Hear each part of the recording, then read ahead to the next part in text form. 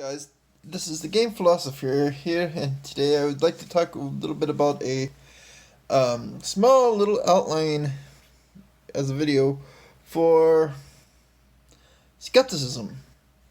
People say stuff about skepticism all the time. They say they're skeptical of this or that.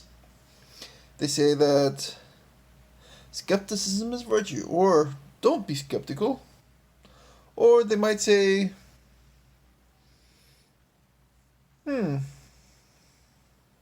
I doubt that.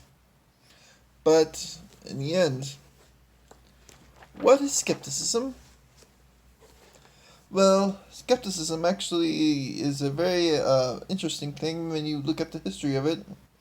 Because modern day skepticism actually goes back to I like to say, as early as the 1500s and 1600s, with the development of modernist thought with empiricism and rationalism, and trying to understand how knowledge works, and using doubt in particular to decide whether or not something is true.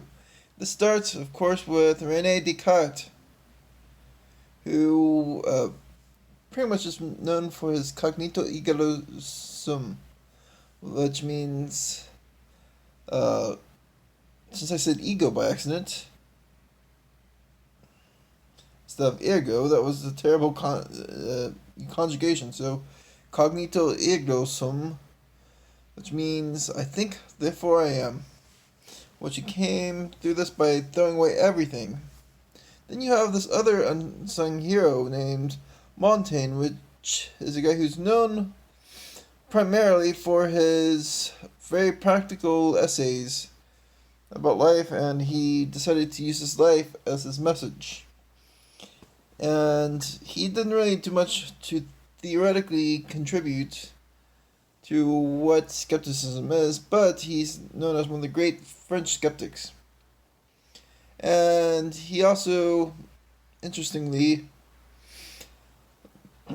wrote so many things that would prove philosophy is actually practical, even though there's a lot of people who would doubt that in the contemporary times, because philosophy, for some reason, has taken a back burner. Now, there's another thing, though. You have Hume, who's very well known for being one of the first atheists of the modern period. And then you have George Berkeley, who was a Christian philosopher and a what do you call immaterialist. Now, this is an epistemology I was playing with earlier in this channel, and if you look at my older videos, I'll explain it in detail, so I'm not going to talk about too much here, other than saying that Berkeley and Hume pretty much questioned everything, even the fabric of existence and perception itself, and how we understand these things, and that the understanding of these things and how it's categorized are most important. And Hume came up with a bundle theory, which, of course, is that pretty much that things don't exist, but rather the properties that make them up, which has some very unique metaphysical insights. Now, going to the ancient world.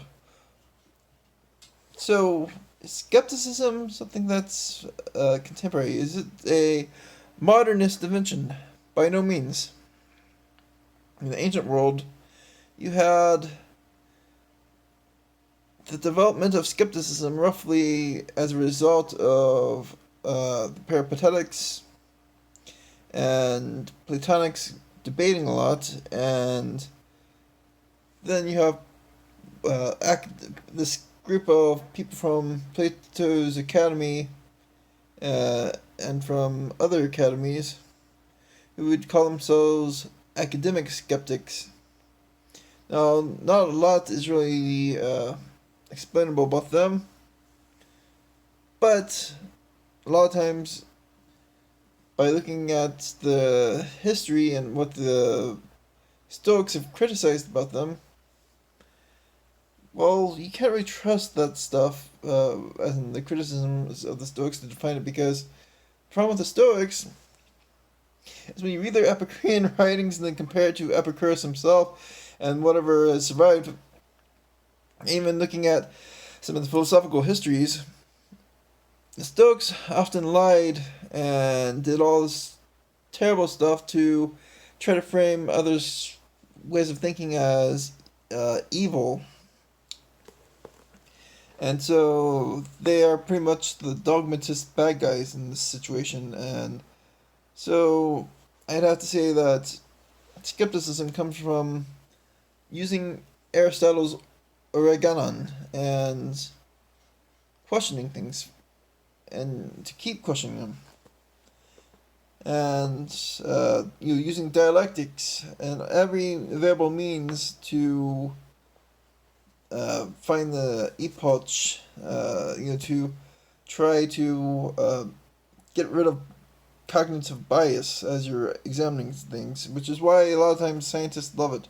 Now, Sextus Empiricus is from a school called the Pyrrhonism. Sorry, I don't really know Greek very well, so I can't really pronounce that very well, but Sextus Empiricus wrote this great book called The Outlines of Pyrrhonism, where he goes over some of the ways the skeptics thought, as in his particular school of skepticism. And he really attacks a lot of the dogmatists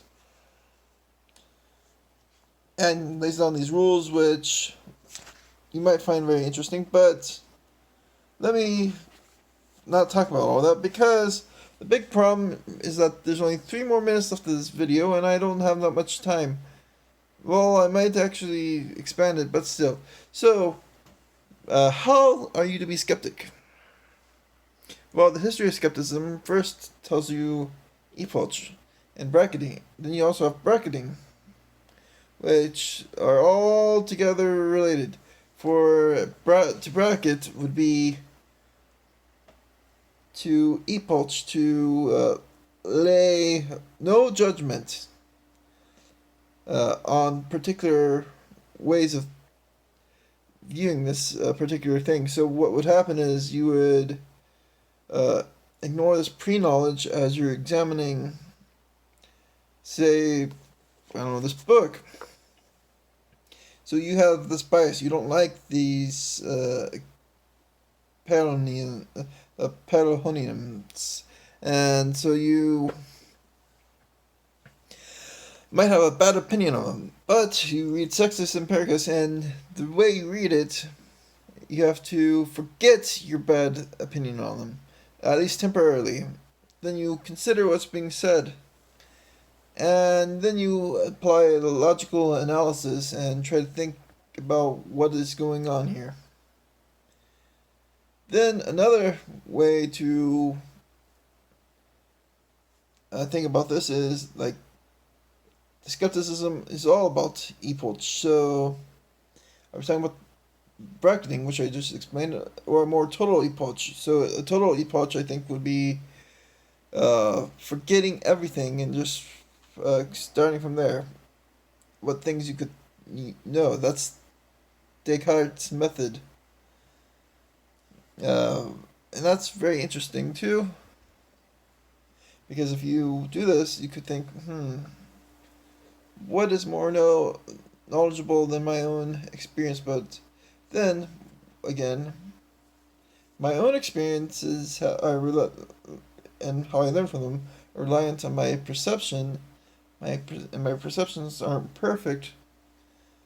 Then can I really trust my own experience? So, in my opinion, there's 2 ways really to go at philosophy. You have a more negative, well, I'm just going to say negative even though I think a more negativist standpoint is defined differently, usually in philosophy. So I'm just going to say a more negative approach, which would be whether or not you can know things and that you deduce. Yeah, deductive reasoning is the usual term for this. You deduce from this thing and you try to crush things down. And when you crush things down, you get at the basic foundation of things. And from that, you spread out with your with the ideas.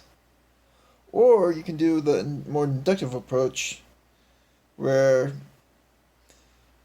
you're thinking about things and you're not really criticizing anything so much as you are looking at these principles and what agrees with them, or you look at things in a inductive manner that this one thing exists, so therefore this other thing exists, and um, so that's pretty much the video on Paranoianism and skepticism. Sorry, it's very late, and I thought I needed to post something, but I didn't really have much time to prepare.